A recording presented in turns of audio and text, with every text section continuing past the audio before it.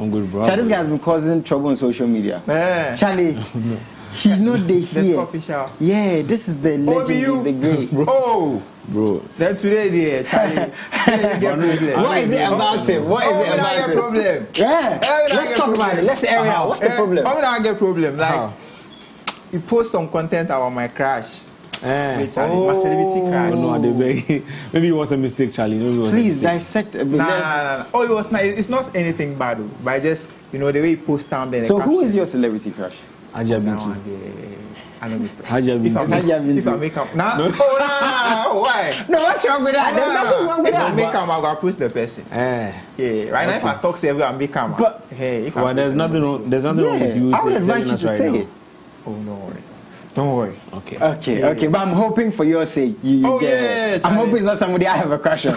Don't do this to me. You don't do this to me. You know what? Okay. Anyways, now the thing is, apart from these two, I have another gentleman we're going to be talking to, because again, the first topic we're going to get into, it's quite serious, because it has to do with contracts, people probably losing money, not being allowed to put their content out there, like a lot of obligations and stuff. So I think we're going to get to him right now. We have John Claude. He's a PR road manager, and yeah, hello. Do we have him? Yeah. Bro. Hey, how you doing, man? Salute. Nice one. Charlie, it's very good to have you on. It's a pleasure, bro. Thank you. So I'm going to get to you. And guys, as I said, he's a road manager. He's into PR, very, very in-depth entertainment mind right there. So we're going to have the conversation between all of us, basically. Now, the thing is, record labels, artists. I want to find out from you first, because I've asked you this and some more. Now, do we take it seriously when it comes to contractual issues between record labels and especially even content? Are we taking it as seriously? As I always say, especially in Ghana, I always like to focus in Ghana. Starting up something is really difficult. That sometimes you become so hungry that if someone offers you something, you don't even think about what is in the cup. You just take it because you are trying to make it. You understand me? So we have a lot of these artists making a lot of mistakes. But of late, we are in a lit world where people are learning, people are reading. So right now, people are doing things, they think about it 50-50. Yeah, if I reject it now, when is it going to come again? But some people just go for it. Okay. John, can you hear me? Can you hear me, John? The line is not too clear. Okay, so we're going to try and sort that out. We'll come back to you in a bit. Sika, what do you think about contracts and artists and, not even just artists, releasing content? Are we taking it as seriously per what you've seen? I don't think we are taking it serious as a nation. Like, personally, Ghana, let's talk about Ghana as an example. We don't really take contracts very serious. People just be like, okay, it's just a contract. Like, people see contract as something normal. Like, the last time I had a contract with someone, and then I wanted us to sign something together as an evidence in case something should happen. I was like, okay, bro, this is what we talked about together. But he was like, oh, we they work together for some period. I said, no, bro. Oh, man. They work like that. Make we just sign. In case anything should happen, then we will bring papers and all that. Okay. So I don't think we take it serious as a country. I mean, the evidence is there that you're not taking it seriously. So, okay. I mean, we've heard issues where Black Sherif had, some contractual issues. You never want that to happen to a young artist. And the thing is, not even just here in Ghana, but it seems like it's everywhere. But it's a very big problem here when it comes to contractual issues and stuff. Okay. So, producer for Diana Samoa, apparently, he's terminated his contract with her.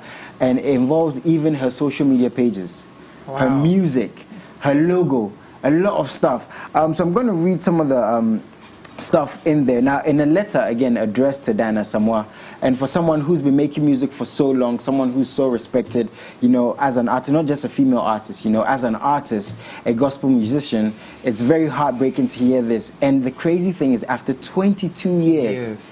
22 years, this is now coming up.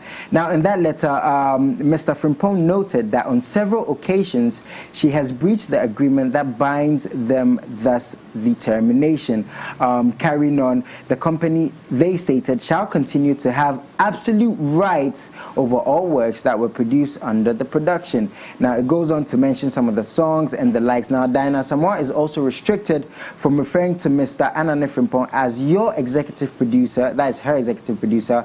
You will no longer have access to any of our digital platforms. You're restricted from using the Frimprints logo on any of your new songs. It carries on to say, failure to comply with these terms may result in legal action. Please sign below to affirm your agreement to the above terms. So now, as I said, social media, so as you guys can see there, right, some of the bullet points, social media involved, the music is involved. This is obviously a termination of the contract. So I'm going to go to John right now. Hello, can you hear me now? Yeah, I can hear you loud okay, and clear, bro. Nice one. So basically, you've seen what's going on, and even not just for Dinah, you know, I always say, you know, to learn from stuff like these, because as artists, as creatives, as PR, you also sign contracts, you know, as a record label, reaching out to an artist, wanting to work with them, all these stipulations come into place, restrictions, obligations, and the like. Tell us a bit of what you take from what's going on right now, because you know behind the scenes what's actually going on. So, as a matter of fact, contract becomes a blessing when you know what you're signing for.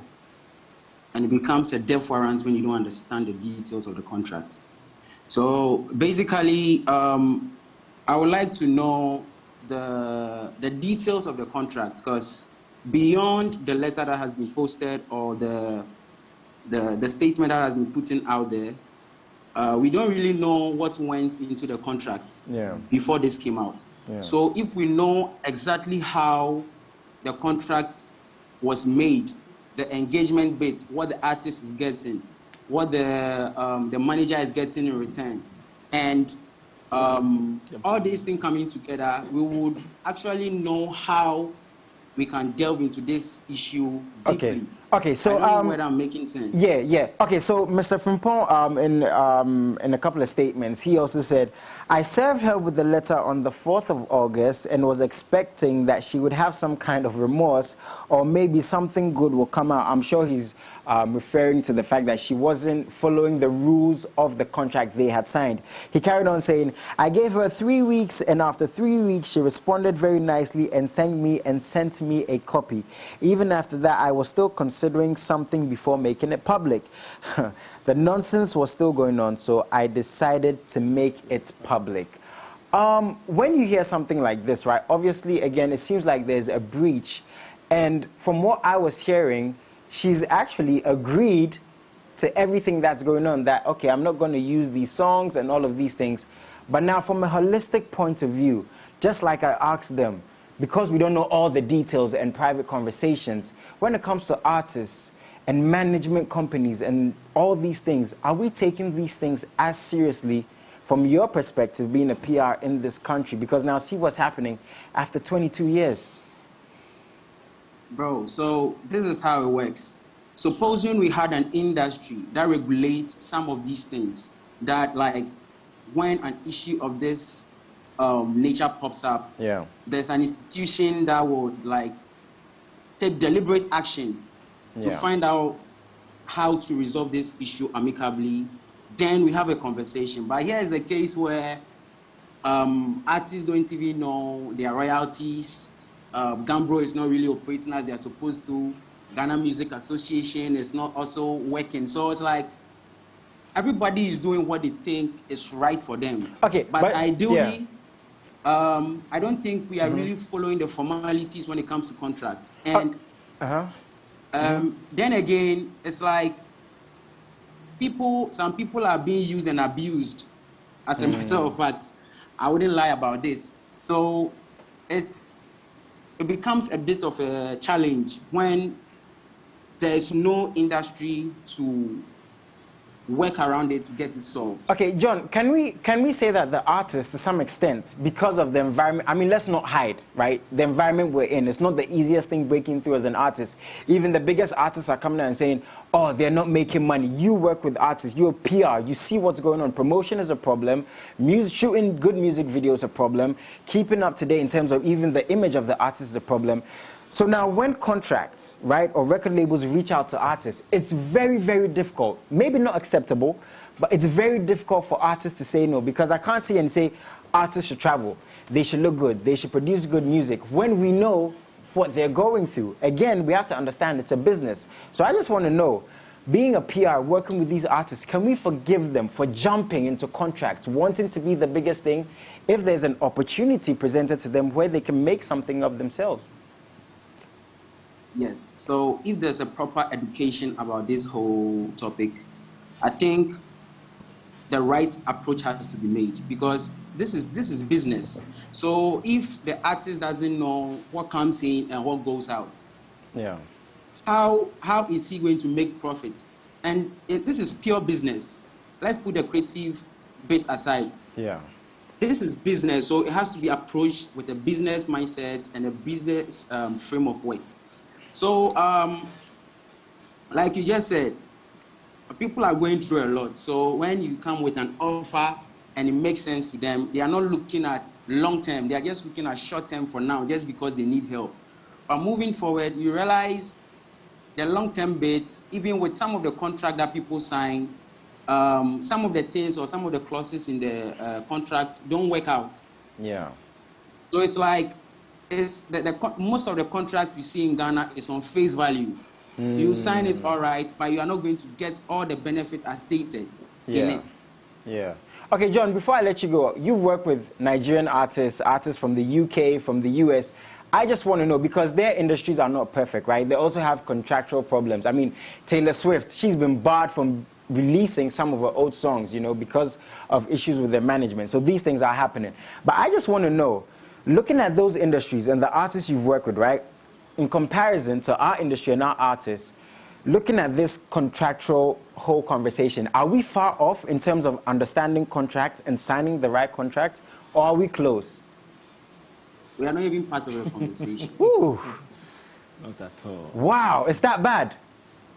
John, is that bad? We are absolutely far from the conversation when it comes. Really, you know, there are people, there's a difference between thinking you know and actually knowing. And it's all reflecting your actions, not what you say.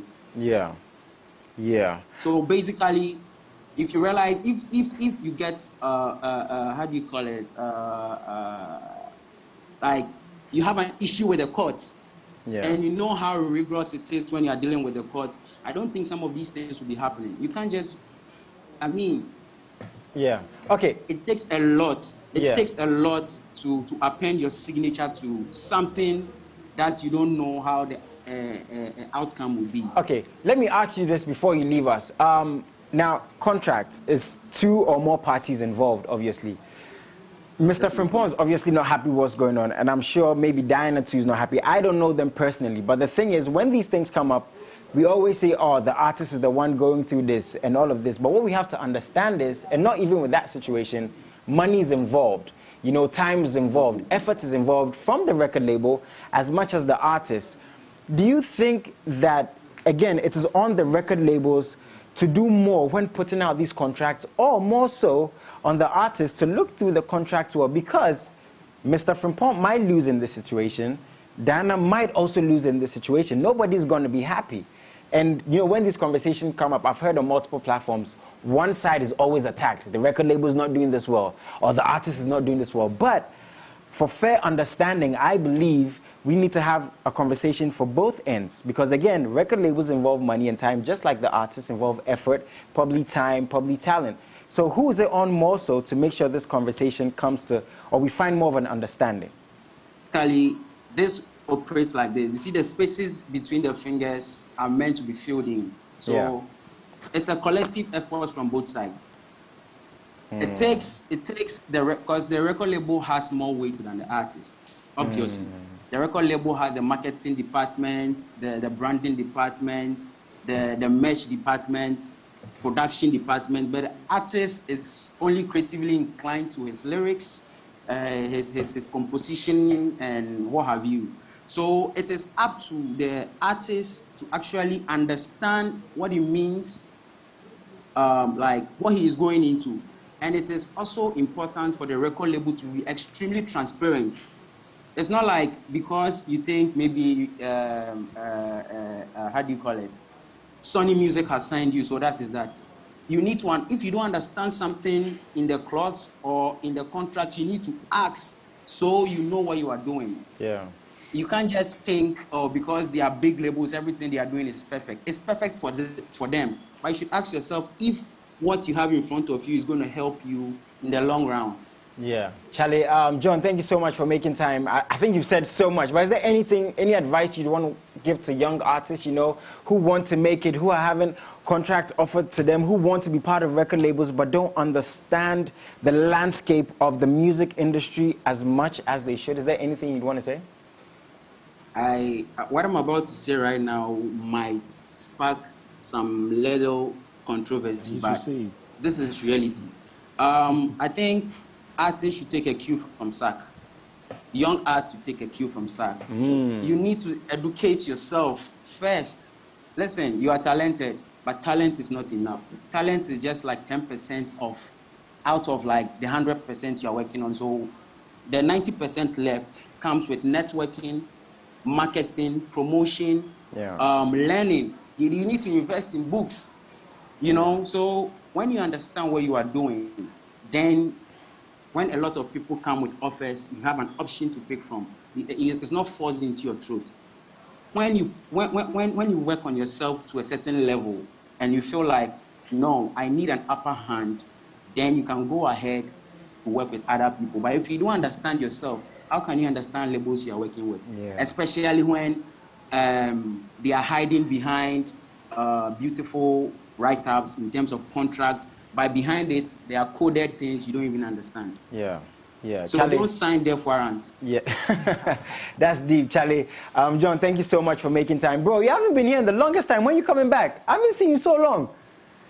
I'll be coming, you know. I'll be coming with a surprise very soon. So thank you. I appreciate you, man. That's my brother, Charlie. Thank you so much for talking to me. We've learned a lot from him. I'm just going to carry on from what he said. Said we should learn from Sarkodie. Yeah, exactly. You know, the independence. Is it like you guys agree? What do you want to add to that? I think Sarkodie is a pillar right now, and then he's the one we all look up to. So I think it's a very good advice. In terms of what do you mean? Is it in terms of being independent, striving on your own with your team? What's that independence? I think in terms of everything, it's in terms of everything, like being an artist, coming up already in the industry. I think we all have to learn from him as an individual. Yep.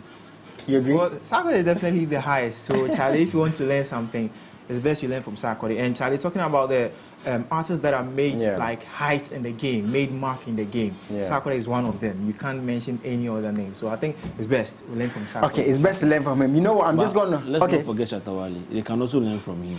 Yeah. I mean, there's a lot of other artists, you know. There's Stonebwoy, there's Shatawale, you know, there's Sarkodie. But, you know, just carrying on before we get to our next story. You never want to see these things happen. No. And again, you know, I've seen on social media, Mr. Frimpong has been attacked heavily. Diana has been attacked heavily. But sometimes I think when these things happen, we don't pay attention to the issues that sparked up the conversation. You know, because I said Mr. Frimpong invested money and time just like Dinah did. So again, the word for me is always understanding, you know, because this is a business. As much as we want to see Dinah do well, we also want to see his business do well, because maybe he might be signing other artists. What if record labels say they're not going to work with anyone else? Or what if artists like Dinah also say, okay, I'm not going to work with anyone else, and they have a problem in pushing and promoting their music? So that's it for me, you know, and understanding. But like I said, leading straight to the next story, once again, AdamX24GH, every single platform. Sarkodie with a record label, he's come out to say, explain his reasons for why he didn't sign to Nam1. Obviously, that was one of the biggest record labels at the time. Not going to get into the details of all of that. Obviously, we're focusing on Sarkodie. But he said, I told Nam1 I don't think about myself alone because his interest was more of Sarkodie. I can't fault him because any businessman will look at people who will be profitable to him. I really like that statement right there. He carried on saying, for a very long time, I haven't been about what Sarkodie can do for himself. I really want the Ghanaian industry to survive. That is the conversation that I had with Nam1. So my approach was, if the guy gets the bread, we have a lot of artists who are already in the system. We can just package them and push them with full force. Up until now, we don't have Stone, Shatawale, R2Bs, and all other artists on one platform outside. This has never happened, and it's because of funds. No promoter can pay all of us at the same time. Very interesting, because someone would hear, Namuan, this business, this money, jump to it.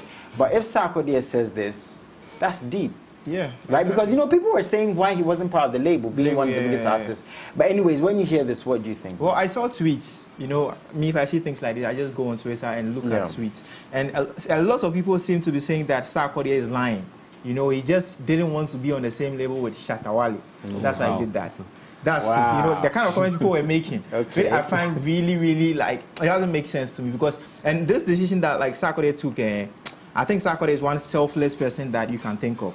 Because let me take it in another way. He's an ethnic person, like Asante person. And Asante people, one insult they will throw at you is, what did you do for your family? Or what did you do for people when you had the chance? Okay. You understand me? Okay. So Sarkodie used that. You know that at some point he won't be Sarkodie anymore.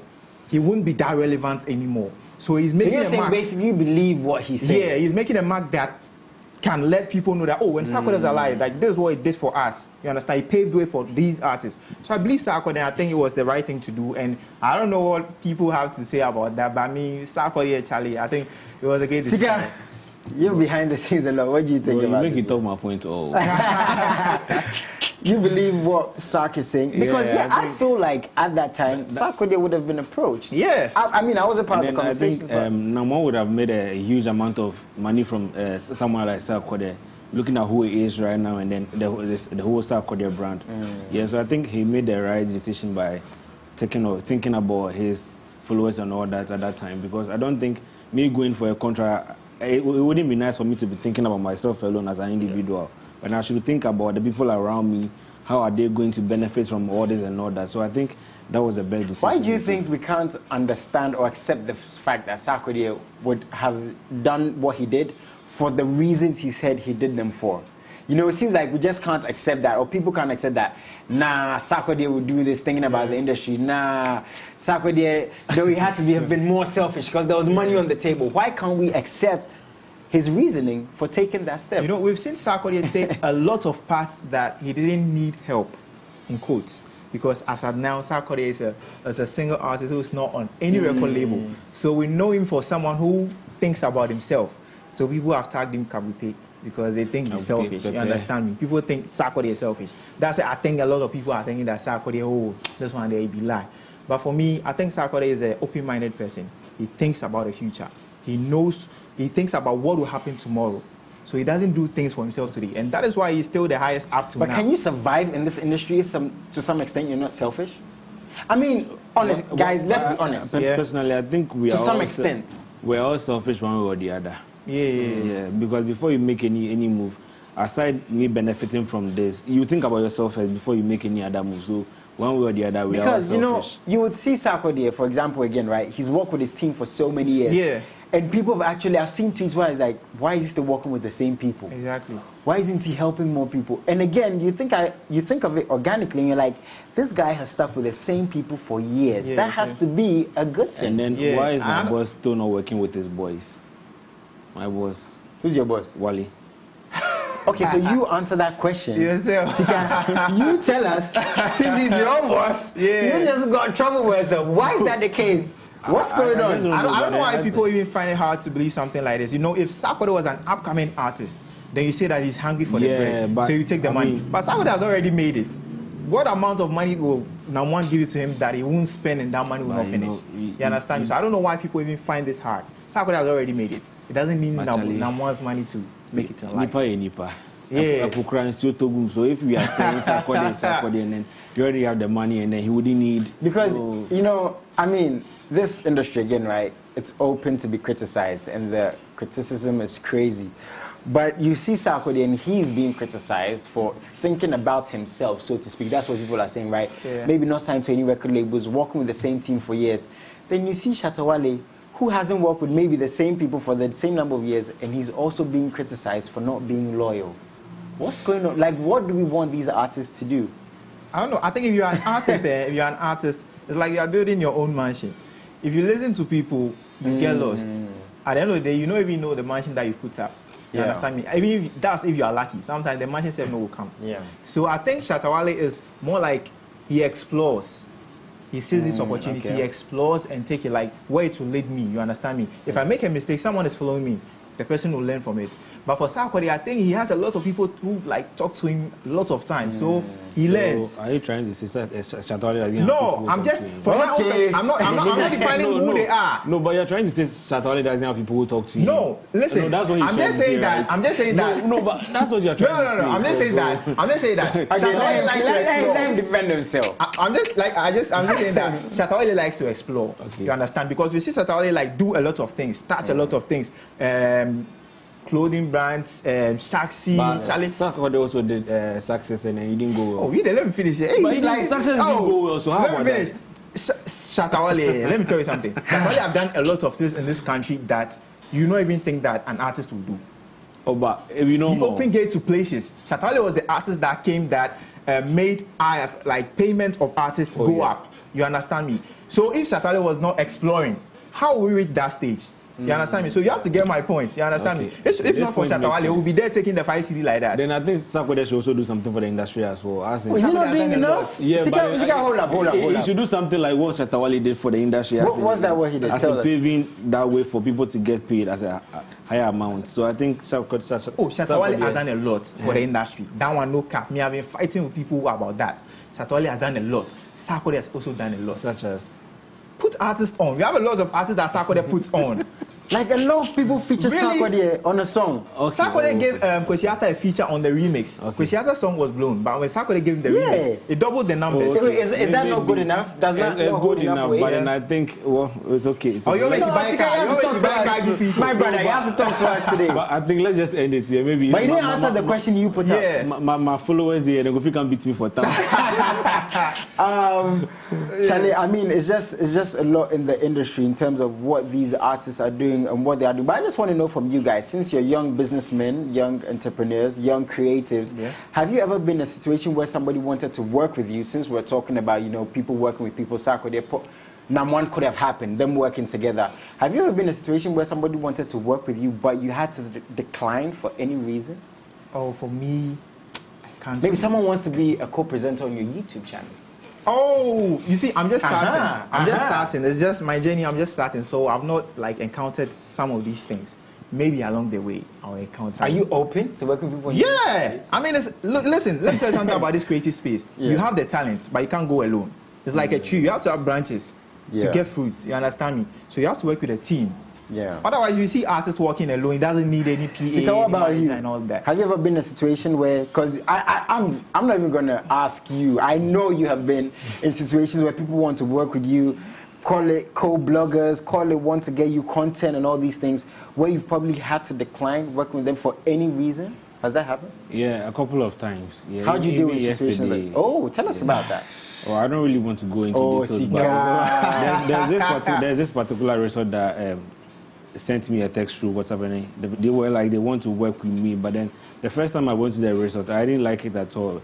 There's no safety, like their food and a couple of things. I didn't really talk about it. But then when they approached me last night, I was like, bro, you have to work on this before we can move together. Otherwise, at the end of the day, it will all bounce back to me. So I think they have to work on that. So being as big as you are right now, if you're working with hypothetically a Sarkodie, a Stonebwoy, Shatta Wale, and they were doing something you didn't agree with for their brand, it was wrong, would you be open to telling them? Yeah, I'll tell them. You sure? Yeah, I'll tell them. Why not? You sure? Oh, bro. Okay. Oh, bro. Oh, yeah, I'm just asking. I'll tell them. Have you ever done that publicly? Because, your job is very public. Yeah. Have you ever, I don't want to use the word bashed, but openly criticized someone you've worked with? Not even just them, maybe a model, a presenter, a co-blogger. Has that ever happened to you, where you've done that publicly? Well, no, not at all. I talk to you privately, and then if you don't get to understand me, then I take it publicly. Then you take it publicly, and it's never gotten to that point. Oh, wow. So all your videos you post, like celebrity videos, you contact the celebrities? No. So which ones are you talking about? Or the ones that will worry them? No, the thing is, if we have that vibe, and then there's something I have to put out there, and between the two of us, then okay, Jason, I've seen this how we have to go. But if you don't get to understand me, then you take it online. Just put it out there. So the thing is, most of us we communicate before we put anything out there. Oh, that's good then. We don't have any WhatsApp group or anything, but before anything goes out there, I'll contact this particular person. Oh, Charlie, I see this thing maybe about this. Make a put them or make a just it be my person. Make you know put them. Yeah. That's how we do it. That's the good side about bloggers people don't know. Oh, people don't really know this. This is the first time I hear this. Yeah, like I've never known this before. So I see content about Haji. I've been to a whole lot of people, and then I know people around them. I'd be like, oh, should I post this content? Are you cool with that? So, oh no, this we don't like it. And then okay, so we have to go very quickly, but I just want to know, last thing, very quickly. What do you think about the bad rep bloggers get? Because, like, again, we don't know these things. I actually talked to some celebrities before you put content out there. But bloggers get a lot of slack, you know, or they're doing this. They're always putting negative content. They're always clickbait. They're always lying to us. And again, not all bloggers do that. But how do you deal with stuff like that? Do you care? Is there an issue? I used to care, but, you know, I don't really care again. Because you put something out there and then someone will be like, Ghanaian bloggers, they will be John, everything, and they can't put. But the same thing that they will bash me for doing, they will give another blog the same chance for doing. Like, let's say, Niger blog will do the same thing, they will keep quiet. And if I do the same thing, they will start bashing me on that. So if I see the Nigeria, like, I don't care anymore. Like, I don't really care. So we even compare our bloggers to other industries. Every day, like Ghanaian bloggers, they always John, do that. Like, each and every day, we be John. Like, yo, I don't care. This sometimes see most of the time if I see some things, I go into the comment section, then you read, Charlie, what's the name? You tell me use your name. Skaji, Charlie, we headline, give that thing. You put there, you be John. Oh yeah, Charlie. But because BBC will brofolize it and all that, bro. Oh, Charlie, Muji, do you have any shouts? Charlie, very interesting stuff there. Do you have any shouts? Oh, Charlie, shouts to my guy Fifi Photography. He's watching right now. Nice. Shouts to Charlie, all the people who have been watching me. Shouts to all the people who have been following me on my channel. Charlie, I've been seeing your messages and all of that. More work's coming, so please keep follow supporting. him up, man. Tika, any shout, anything you want to say before you leave? No, I don't really have anything to say. Shout out to all my people out there supporting me. That's all. Bloggers don't have friends. Nah, ain't no friends. Guys, I'm his only friend. I'm his only friend. So guys, we have to go. But I'm not leaving you just yet. I have a brother, a friend, an artist, a creative. He's been traveling so much. I haven't spoken to him in the longest time. I just see him in different countries. But today he's here. Kamido is coming through. Stay tuned in.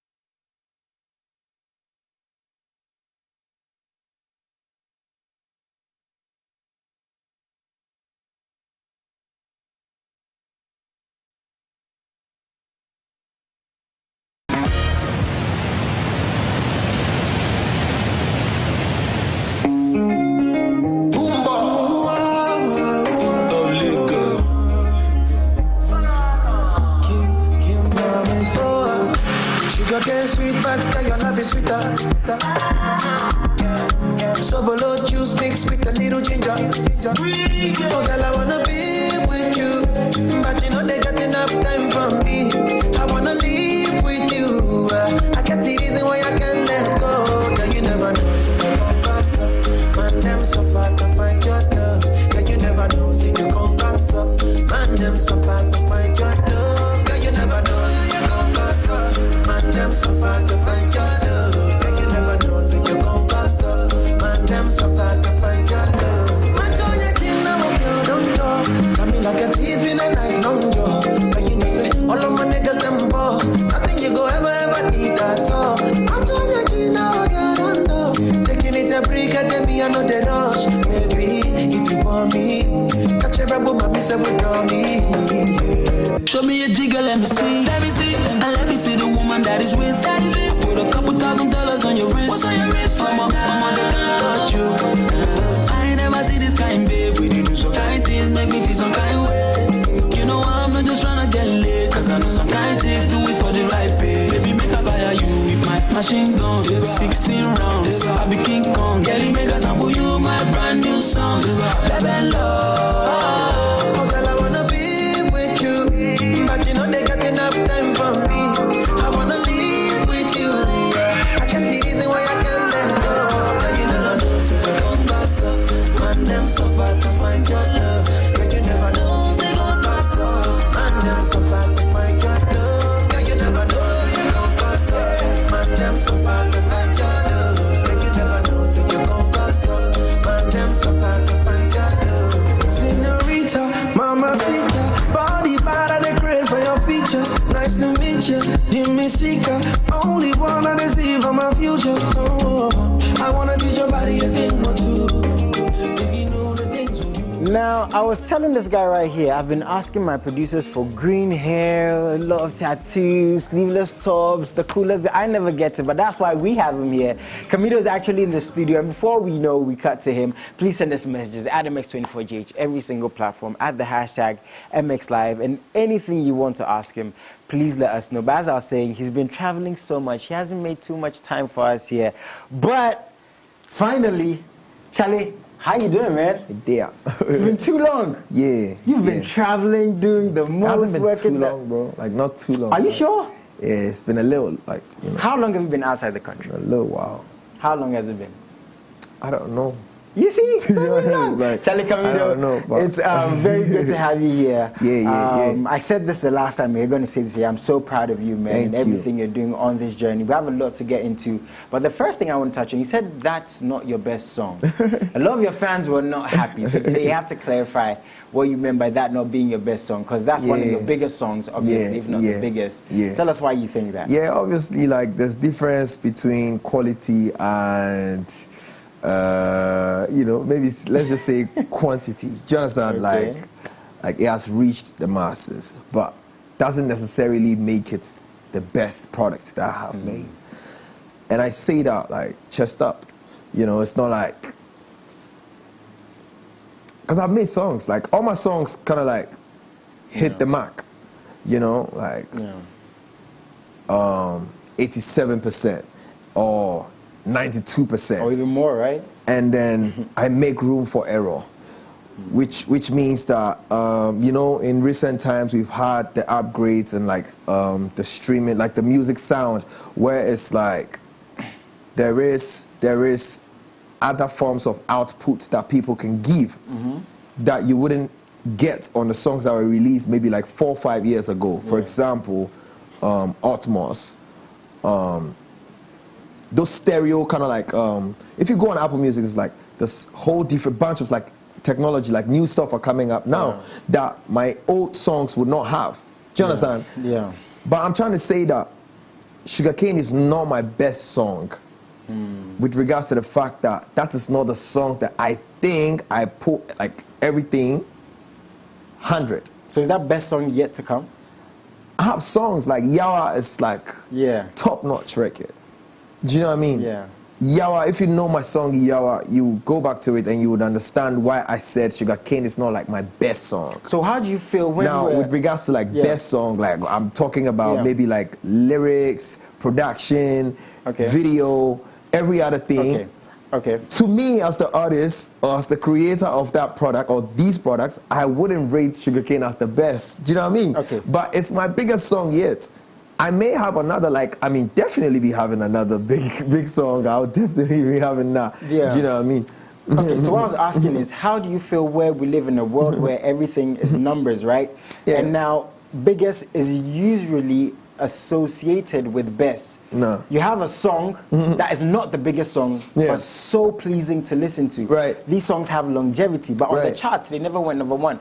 As a creative, do you think that's affecting the content we're putting out there? But I'm going to just like attack one side first and I'll come back to the answer, right? Yeah. Burna Boy put out Yay, right? That's the song. That's the name of the song? Yeah. Yeah, he put out Yay before, like I think a year after the song started blowing. Yeah. So then at that time when he put out Yay, he could say that, like, people wouldn't say that Yay was like his best song. But at the time that Yay started doing well, then they'll say, oh, Yay is like your best song. Do you know what I mean? And then he'll have other songs pop up and then they'll say, you know, actually, Yay is not the best song. This one is the best song. That's why I said, to me, I'm the creator of the record and I know what I can do. And I said that that's not my best song, but it's my biggest song. Okay. Yet. Do you understand? Yeah. Now, please, take your question again. Again, I mean, what you're saying is right. And I'm even going to reference the fact that I gave Ye as an example because when it came out, it didn't have the most numbers, right? Exactly. The leverage it did. Right. Obviously, and you know, like, your niche, you know what you can do well. But the fact that you're not counted mainstream or you're not, like, being mentioned every time, like, the best-selling artists are being mentioned, you're going to feel some type of way. You're going to feel being marginalized because then attention is just thrown on certain class of artists. Do you know what I mean? Yeah. Like that same class of artists in this country who are really great artists, but I don't see their names being mentioned. Every time I go on Twitter or like social media, I see like my name, I see like Black Sheriff, I see Jackie. I mean, we are like doing certain things that are catching a lot of attention. Fine, but that doesn't make us the best artists in the country. You know what I mean? Like, given the same resources that we have to these other artists or attention, given the same resources to same people that I can mention to you, I'm sure that the world or the country would, you know, start to say, you know what, this artist is really like talented or this or that. So I think that what you said is really like affecting creativity and also affecting like the sanity of artists. Do you know what I mean? Like, I'm an artist who can really make R&B, but now I'm being forced to now go and make like Afrobeats. So that means you're also being affected? No, I'm not being affected, but saying artists are being affected. I'm just like using me as an example. Okay, so what if, because right now Sugarcane is so huge. Yeah, right. How does Camido make sure he doesn't release another Sugarcane? Because, you know, creatives are very deep people, right? That's why creative goes a year without releasing music. Time off is as good as being out there. So how does Camido make sure he keeps evolving, doesn't keep releasing the same thing over and over? Just like stay in your house or in your studio, close your ears to what like the outside world is saying. You know, one of the things I used to guide myself is that when God was making the world, according to the stories that we were told, when he was making the world, there was nobody there. Obviously, like they said, it's Trinity. It's like it's all in one person. There was nobody there. Look, with creativity, you obviously have to give what is in you.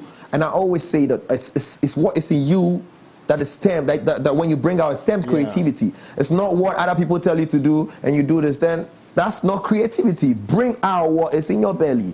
Do you understand? So for me, I use that to guide myself. Like, obviously, you take other people's inputs, but then when you really want to be creative, sit by yourself. It's very good to hear you're saying these things because, you know, we've seen a lot of artists who, so to say, lost their way. And even the artists who have the longest longevity, they always tell you there was this period I was releasing music that wasn't me, the audience and the trend at the time, but they always got back on track. So it's good to hear these things because again, it's a numbers game. Everyone and unfortunately, also the labels that signs certain artists also force these artists to make certain records that they don't want to make. And obviously, because you're not selling, you know, we don't want to put so much budget on their marketing. Never be affected, Camilo.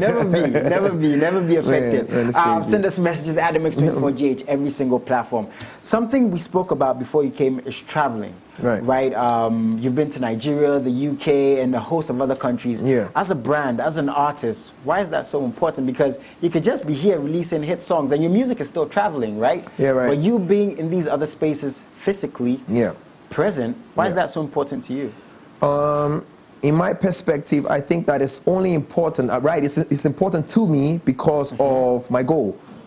It can only be important to you if your goal is to be a global artist or a global brand. For me, I want to be a global icon. I've always wanted to be that. So it has always been in my plans to, like, you know, go outside the country, go into different territories and promote myself, sell myself, you know, as a new artist and start to, like, build from ground up. Do you know what I mean? So that is why it is important. But if you want to stick in your country, then you're going to have to do a lot of, like, PR. And even now, still, your presence will be, like, needed at some point, you know, because you see artists going to Jimmy Kimmel shows, Fallon shows, you know, breakfast shows, all of that. Just like your presence is, like, important. It's part of, like, the job. You need to go out there and sell yourself to people. So as to buy new audience, or, you know. How do you actually keep that balance? Because the craziest thing to me is, right, we complain these artists not traveling. Right. When an artist is traveling, they're out of the country for 2-3 months at a time. We also complain that they're not doing enough here, not releasing as much music. And I've heard these things. They're doing 2 or so many interviews.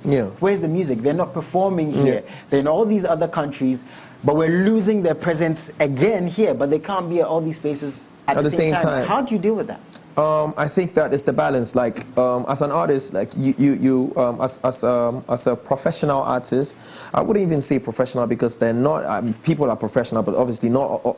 Like, everyone has the resources to be able to, like, employ a whole team to be working for them. Like, but you have to have a PR team that is, like, constantly, like, circulating news, you know, that allows you to still stay, like, you know, afloat in your country while you are outside the country.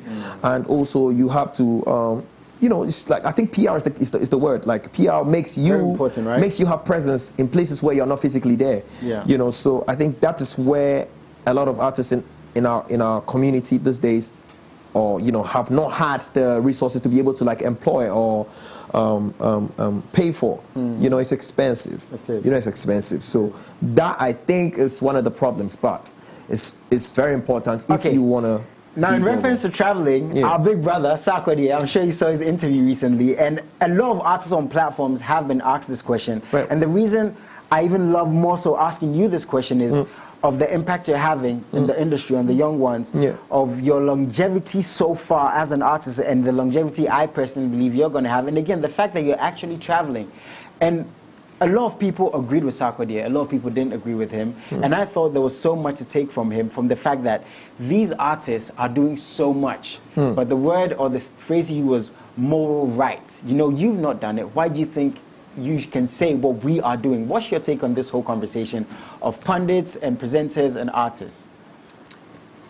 I actually just, like, chanced on the argument online. I really didn't, like, watch the proper interview, but I heard Sarkodie said some OAPs didn't have the moral rights to, like, condemn artists not going global, right? I think it's subjective. Like, I think what he said, like, everybody can say, like, it's crazy because I can say one thing and it would mean 2 things, you know. So I would definitely want to go back and watch the interview. Is the media doing enough for artists?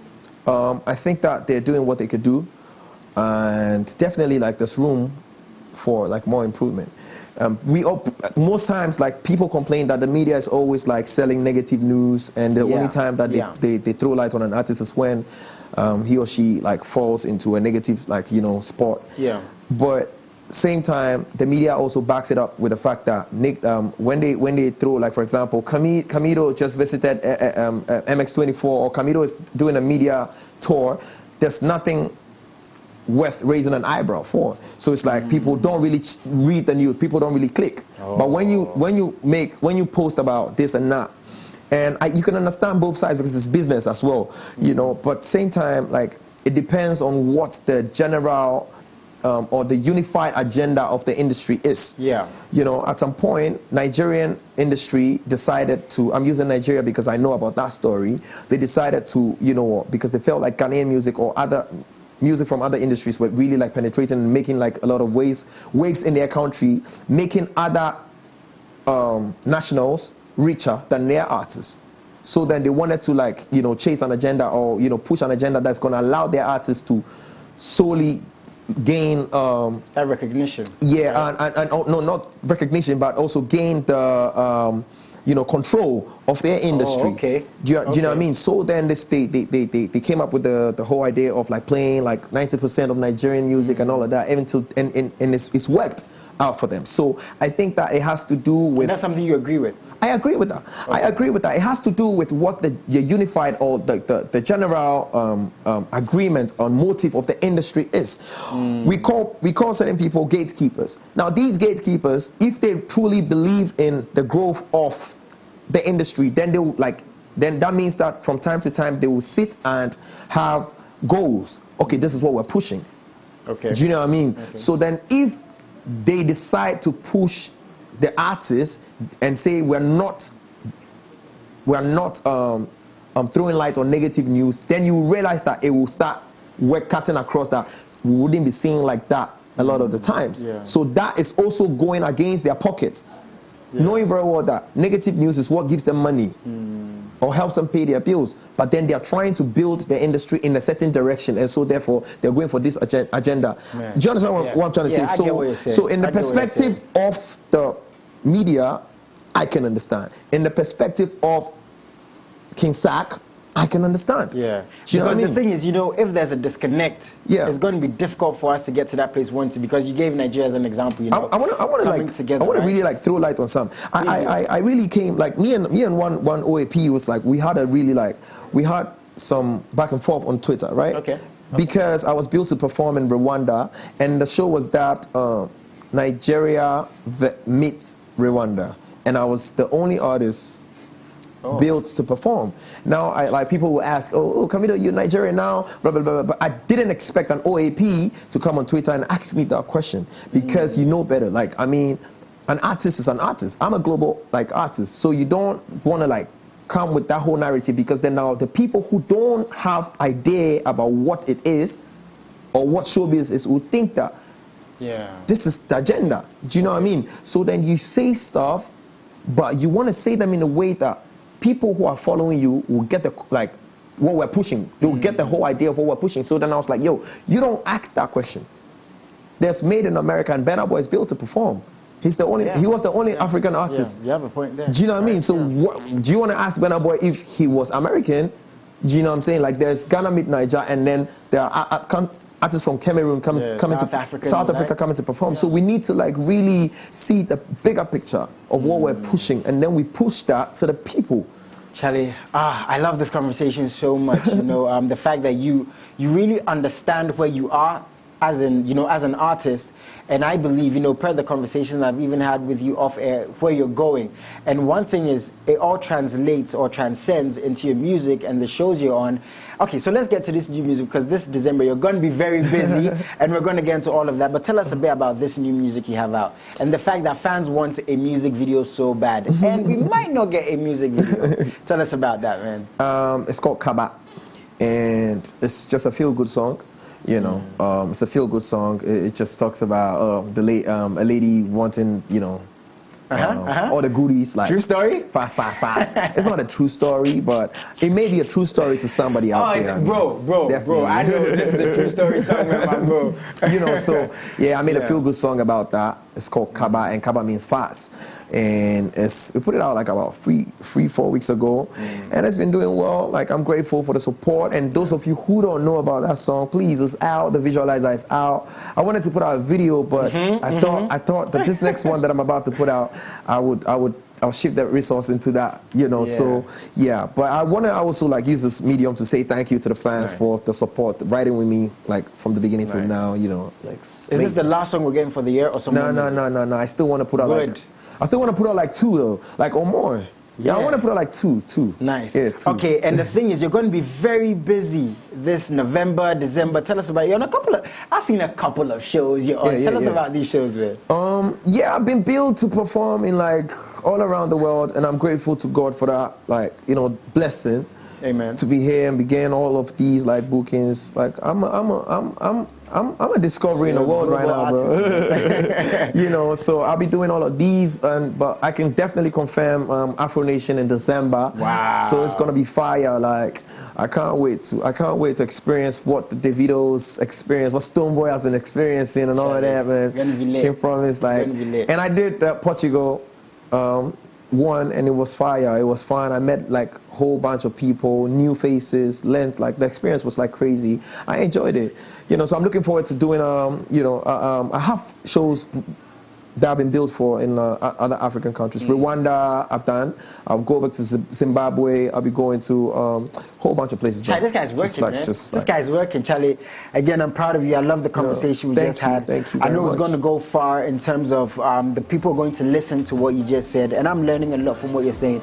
Thank you so much. I appreciate Thank you very much. And plus, I've just been nominated for AfriMas. Oh, it's my first time. Yes, we can't forget that, man, Charlie. It's my first time. They have to vote, right? They can vote, right? Yeah, I think voting is not like begun yet, but I want to thank all the fans. I want to thank you guys so much for the love and the support. You guys, the media, for always like promoting me and all of that, man. AfriMas, this one is for all of us. My producer, Dede, she says she loves you. I just had to throw that in there. Thank you, Dede. Thank you so much. Salute. Love you guys. Love.